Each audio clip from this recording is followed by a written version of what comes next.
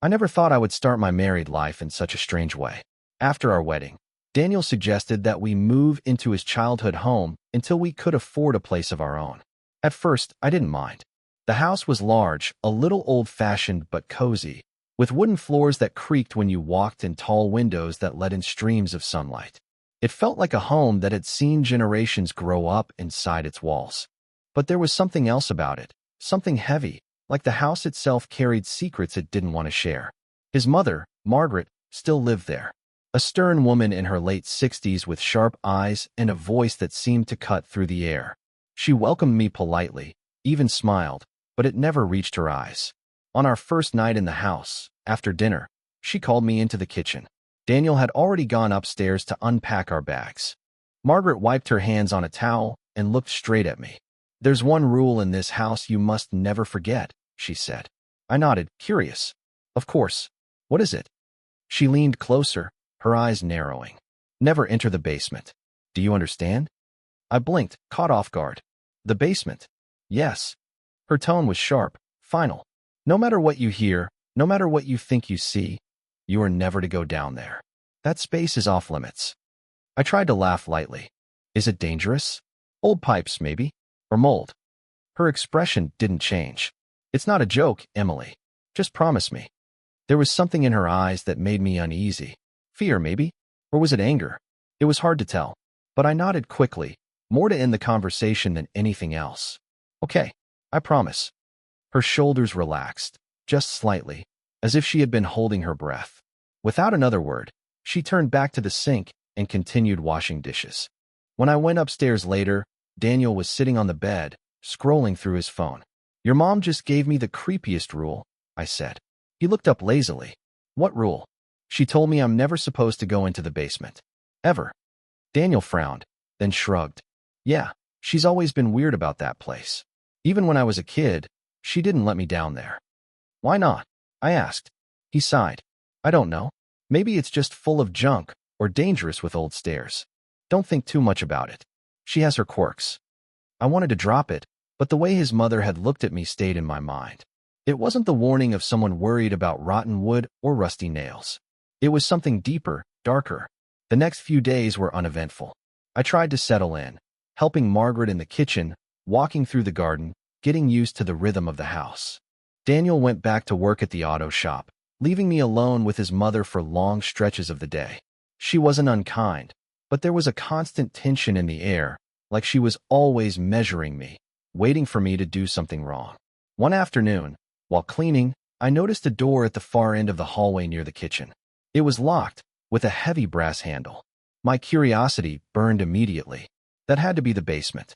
I bent down, noticing faint scratches on the wood near the bottom, as if something, or someone, had tried to claw its way out. My stomach tightened, and I quickly straightened up. That night, I couldn't sleep. Around 2 in the morning, I woke to the sound of faint tapping. At first, I thought it was branches hitting the window. But as I lay there, listening, the sound grew louder, more deliberate. It was coming from downstairs. 3 taps. A pause. 3 taps again. My breath hitched. "Daniel," I whispered, nudging him. "Do you hear that?" He groaned, half asleep. "It's probably the house settling. Go back to sleep." But I couldn't. The sound continued for almost 10 minutes, then stopped abruptly, leaving me in a silence that felt heavier than the noise itself. The next morning, I mentioned it to Margaret as she poured herself tea. "I heard knocking last night, coming from downstairs." Her hand froze for a fraction of a second before she set the teapot down. "Old houses make sounds. You'll get used to it." "No, it was rhythmic, like someone knocking." Her eyes snapped to mine. "You promised me, Emily. Remember that. You stay out of the basement." I swallowed hard. She wasn't denying it. She was warning me again. Days passed, and the noises returned.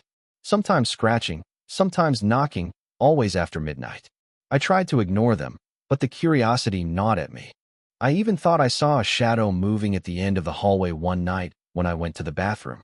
The basement door stood there, looming, as if it was waiting for me. One evening, Daniel came home late. Margaret had already gone to bed, leaving me alone in the living room. I tried reading, but the silence of the house pressed down on me. Then, faintly, I heard it again, the tapping. This time it was followed by something else. A voice. A faint whisper, too quiet to make out, but definitely real. I froze, my heart pounding in my ears. I strained to listen, every muscle in my body tense. The whisper came again, low and urgent, as if calling for help. My throat went dry. I wanted to run upstairs and wake Daniel, but my feet carried me slowly down the hallway, toward that locked door. The closer I got, the colder the air became. My skin prickled with goosebumps. I stopped a few feet away, my pulse racing. The whispering stopped. For a second, there was silence. And then, bang, a loud thud from behind the door, so sudden and violent that I stumbled back, my hand flying to my mouth to stifle a scream. I ran upstairs, shaking. Daniel was asleep, oblivious. I crawled into bed, my heart still racing, my body trembling. Sleep didn't come for hours. The following morning, Margaret was already at the table when I walked in. Her eyes darted to me, scanning my face like she knew what had happened. "You heard it, didn't you?" she said quietly. My mouth went dry. "What's in there?" I whispered. Her lips pressed into a thin line. "Nothing you need to know. Just remember your promise." Her words made it worse. Now I knew she was hiding something. And the way Daniel avoided the subject made me wonder, was he hiding it too? That day, while Margaret napped in her chair, I walked slowly down the hallway again. The basement door seemed to hum with a presence, like something was waiting on the other side.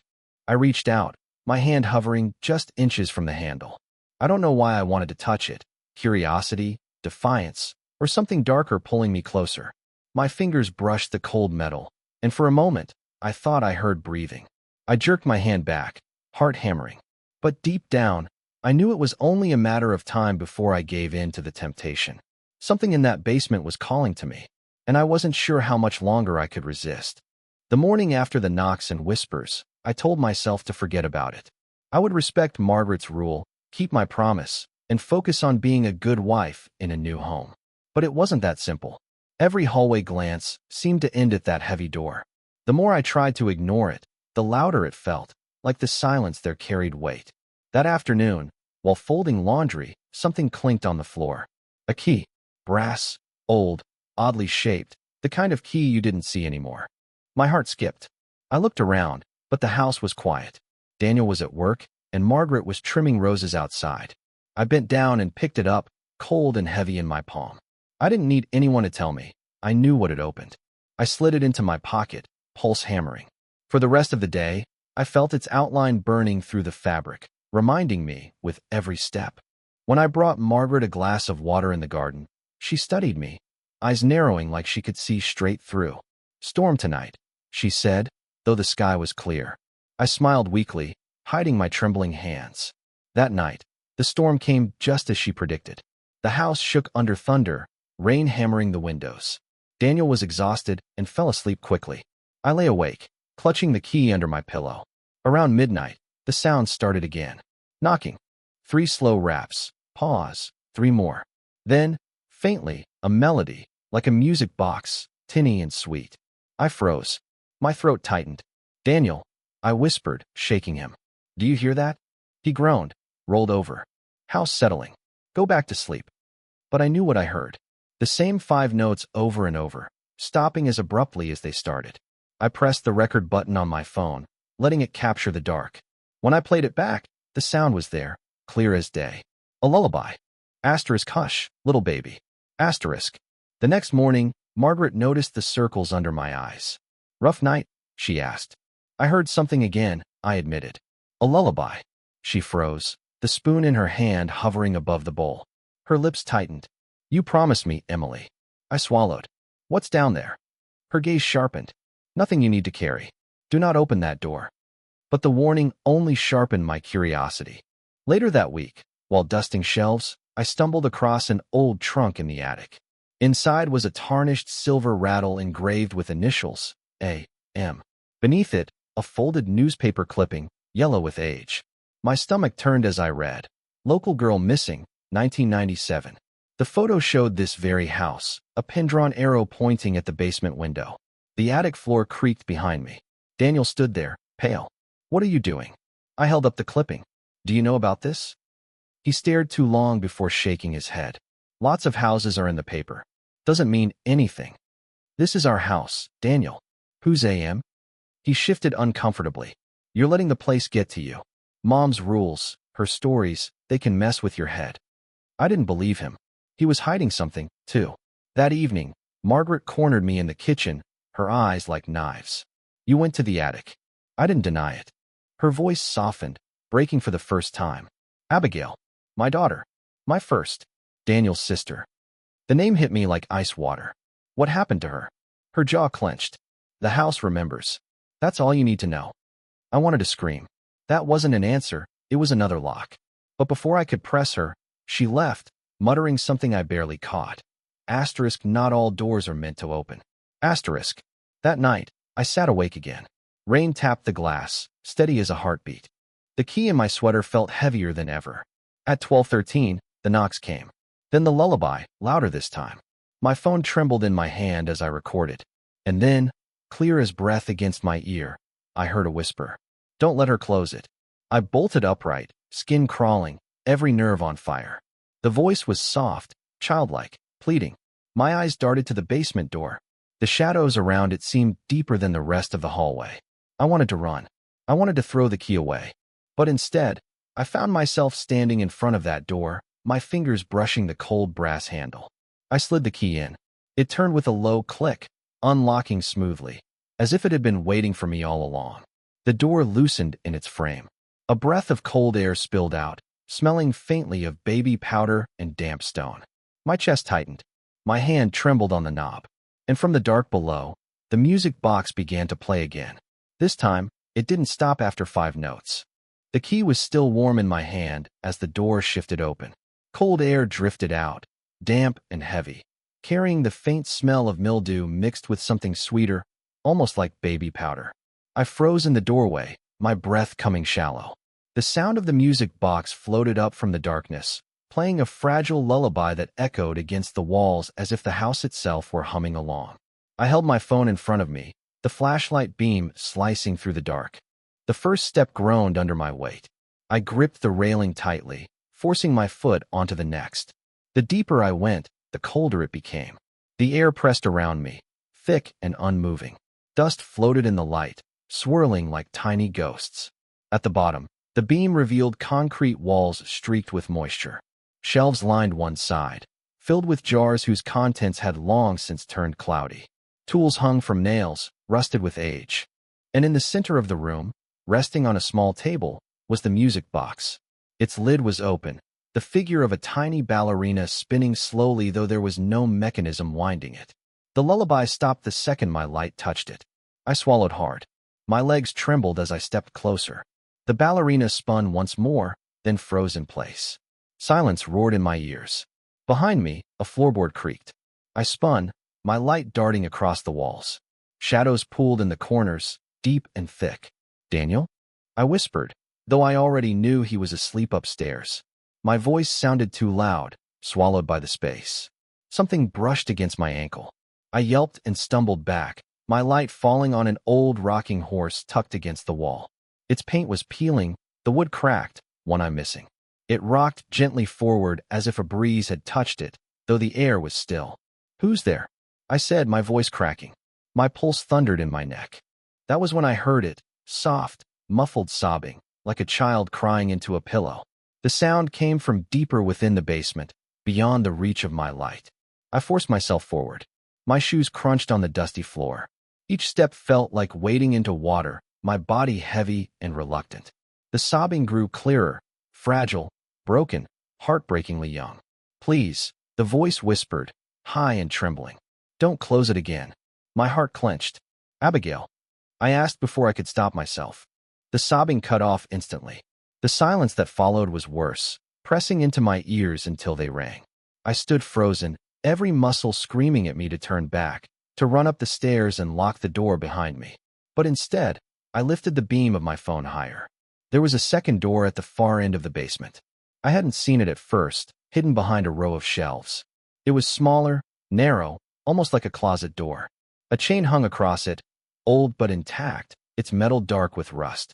As I stepped closer, my light caught faint scratches along the wood. Not just scratches, letters. Carved by hand, uneven and desperate. Help me. The words cut into me like knives. My knees weakened. I reached out, fingers brushing the cold chain.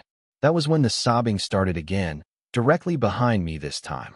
I spun, shining the light back toward the stairs. Nothing, just shadows. My heart slammed against my ribs. The chain rattled beneath my hand. Slowly, deliberately, as if moved from the other side. I stumbled back, nearly tripping over the rocking horse. The music box clicked shut with a sharp snap. Silence fell, heavier than ever. I bolted for the stairs, taking them two at a time, my lungs burning. When I burst into the hallway, the light nearly blinded me. I slammed the door shut and leaned against it, gasping, sweat dripping down my back. The key was still clutched in my fist, the metal biting into my palm. "Emily?" A voice called softly. I jumped. Margaret stood at the end of the hallway, her nightgown trailing along the floor, her face pale as paper. "What did you do?" I tried to speak, but no words came. She took a step closer, her eyes wide with something between fury and terror. "Tell me you didn't open it." My throat closed. "There's another door down there. With chains. With writing." "Stop." Her voice cracked like a whip. "Do not say it aloud. Don't give it breath." She rushed forward and snatched the key from my hand with surprising strength. Her fingers were ice cold. "Do you understand now why I warned you?" I heard her, I whispered. My voice shook, tears threatening to spill. "A child," she said. "Don't close it again." "Who was it? Was it Abigail?" Margaret's face twisted, grief breaking through her mask. For a moment, she looked so old, so tired. "You don't know what you've done," she said, her voice trembling. "You've invited her back." Before I could answer, a sharp knock echoed from the basement door behind me. Once, twice, 3 times. Slow, deliberate, undeniable. My blood turned to ice. Margaret's hand gripped my wrist so hard it hurt. Her eyes locked on mine, wide with dread. "She knows your name now," Margaret whispered. "She knows your name now," Margaret whispered, and my stomach dropped. The words clung to me like cold fingers. "What does that mean?" I asked, my voice shaking. "Names are doors," she said. "If you give them twice, they open both ways." Her face was pale, eyes wide, as if she was remembering something she had tried to forget. That night, I barely slept. The knocks returned, then the faint music box tune. I clutched the blankets, trying to ignore it. Beside me, Daniel pretended to sleep, his body stiff, his back turned. I realized with a sick twist that he heard it too, but chose silence. The next morning, I confronted him in the kitchen. "Why didn't you say anything? You know something's wrong." He rubbed his temples. "Emily, it's this house. My mom has always believed things. After my dad died, she got worse. I learned to tune it out. Maybe you should too." "Daniel, I saw another door down there. With chains. And words carved into it. Help me." His eyes flickered, just for a second, then he forced a shrug. "Probably something old from before I was born. Don't let it get in your head." But it already had. Later, while cleaning upstairs, I found a small tin box wedged behind a rug. Inside was a cassette tape labeled Count. I waited until Margaret was in the garden, then slid it into the old player in the den. A hiss, then a girl's voice began to count softly. 1, 2, 3. A woman's voice, Margaret's, younger, coached her. "Good, keep going." The girl whispered, "Mama, it's dark." Margaret's voice shook. "I know, baby. Keep counting." Chains rattled faintly in the background. Then a thud. The girl gasped, the tape cut, and the music box played the same 5 notes before falling into static. I stopped the tape, hands trembling. Abigail. It had to be her. Margaret appeared in the doorway without a sound. Her eyes locked on the tape. "Give it to me." I hesitated. "Why did you record it?" Her jaw tightened. "Because if I didn't, I'd convince myself I imagined it. Doubt is poison, Emily. Proof is worse." "You locked her down there." My voice cracked. Margaret's lips pressed tight. "You don't know what you're saying." She snatched the tape from my hand. That evening, Daniel tried to distract me with dinner on the porch. For a while, under the bug lamp, we almost felt normal. But when the light flickered, I heard it again, right against my ear. "Emily." I dropped my plate, the crash shattering the fragile piece. Daniel grabbed my hands. "What happened?" She said my name. I whispered. His face went pale, but he didn't argue this time. He just pulled me inside, locking the door. At 12:13, the knocks returned. 3. Pause. 3. Then the lullaby, weaving through the silence. Daniel sat up, eyes wide, no longer pretending. Please, the child's voice whispered, closer than ever. Don't let her close it. I rose from the bed, drawn down the hallway. The basement door glowed faintly around the edges, a seam of darkness. My hand reached the knob. It was warm, pulsing like a heartbeat. Behind me, Daniel's voice cracked. Emily, don't. I turned toward him, and the words spilled out before I could stop them. If it were your sister on the other side, would you leave her there? His face twisted, torn between fear and memory. For the first time, he didn't answer. I slid the key into the lock. The click was louder this time, like the house itself exhaled. The door creaked open, and cold air rolled out, smelling of stone and baby powder. From the dark below, the music box played again, clearer, stronger, like it had been waiting for me. The cold air rushed past me as the basement door swung wider, and I knew there was no going back. The music box played louder now, each note sharp and deliberate, echoing up the stairwell as if to guide me down. Daniel grabbed my arm, but I shook him off. His eyes were wild, torn between terror and something deeper, recognition. Emily, stop, he begged. You don't know what you're letting in. I stared at him. It's not about letting anything in. It's about what your family locked out. For a heartbeat, he looked like a child again, helpless, cornered. He whispered, almost to himself, I remember, the counting. I was at the top of the stairs. She told me to cover my ears. His voice cracked, but I didn't. My heart lurched. Daniel had remembered, and that memory scared him more than the darkness itself. I can't leave her down there, I said. Before he could answer, a voice floated up from below, clear and young, dripping with sorrow. Please, don't close it again. I gripped the railing and started down. The air grew heavier, pressing against my skin. The wooden steps moaned, as if warning me with every footfall.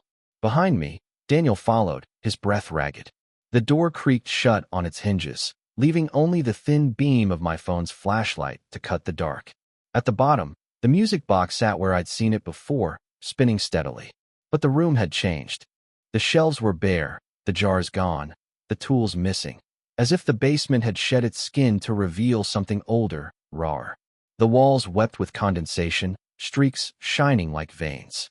The chain on the narrow door rattled softly, as though stirred by a hand on the other side. My light caught the carved words again. Help me, but now fresh letters had joined them, gouged into the wood like scratches made yesterday. My name, Emily. My breath stopped. Daniel grabbed my wrist. Don't, please. But the whisper came again, fragile and urgent. Emily, I know you. I felt Margaret before I saw her. Her footsteps on the stairs were slow, each one a verdict. When she reached the bottom, her face was gray, eyes hollow. She looked from me to Daniel to the door. You've already gone too far, she said. Tell me the truth. I shouted, my voice cracking in the damp air. What happened to Abigail? Margaret's hands trembled. She was sick. She wandered at night. The doctor said she heard voices that weren't there. One storm, she opened the basement door by herself. I tried to keep her safe, but the house, she stopped, tears slipping down her face. The house remembers hunger. It doesn't let go. The chain rattled violently. My light shook. The sobbing rose again, no longer muffled but sharp, echoing through the room. Daniel stepped forward, shaking his head. No, Mom. I remember. You locked her down here. I heard her. You told me it was a game. His voice cracked with rage and grief. You let her die in the dark. Margaret fell against the wall, her sobs raw and broken. I was trying to protect you. The house wanted her. It always wanted one of us. I gave it the child who was already half gone. The sobbing shifted, turning into laughter, high, shrill, terrible. The chain snapped taut, the metal links screaming. My light flickered. Daniel pulled me back. We have to leave now. But I couldn't move. My feet rooted to the floor as the narrow door shuttered. The music box spun faster, the ballerina whirling so quickly her figure blurred. The door cracked open an inch. Cold air blasted through, carrying with it the scent of baby powder, mildew, and something metallic. A small hand, pale and thin, slipped through the gap. Fingers stretched, reaching blindly. Margaret screamed, rushing forward. No. She slammed her body against the door, pushing it shut. The hand withdrew just before the wood clapped closed. She fumbled with the chain, trying to hook it back. Help me, she cried. But her eyes weren't on me. They were on Daniel. He stood frozen, torn apart inside. His hands clenched and unclenched. Finally, he stumbled forward and grabbed the chain, pulling it tight with his mother. The sobbing on the other side turned to furious pounding, each strike rattling the walls. Dust sifted from the ceiling. "Emily, run!" Daniel shouted. But I didn't. I stared at the narrow gap as it shrank, my own name carved into the wood burning into my vision. That small hand, those whispers, they weren't lies. They were pleas. "No!" I screamed. I lunged forward, grabbing the chain just as Margaret hooked the last link. The force ripped through all three of us. The door jerked open wider before slamming shut again with a deafening crack. The pounding stopped. Silence fell, so thick it roared in my ears. The music box stuttered, slowed, and stopped. Margaret collapsed, weeping into her hands. Daniel slid down the wall, shaking. My own hands bled from where the chain had cut into them. And then, from the other side of the door, a whisper, soft and deliberate. "Emily, thank you." The words chilled me to the bone. Thank you for what? For trying? For almost opening it? Or for giving her just enough strength to wait? I stumbled back, dragging Daniel with me. Margaret didn't move. She just rocked slowly, eyes fixed on the chained door. We fled up the stairs. The door at the top slammed shut behind us without either of us touching it. In the hallway, I collapsed, gasping. Daniel's hands shook as he grabbed mine. His eyes were wide, terrified, but in them I saw something else too, recognition. He had heard it too. We sat in silence until dawn. The house creaked and groaned, settling into its bones. But no more music played. No more sobbing. When the morning light finally spilled through the windows, I almost believed it was over. Almost. Because on the kitchen table, resting neatly beside my coffee cup, was the music box. Its lid was shut, but etched freshly into the wood was a single word. Open.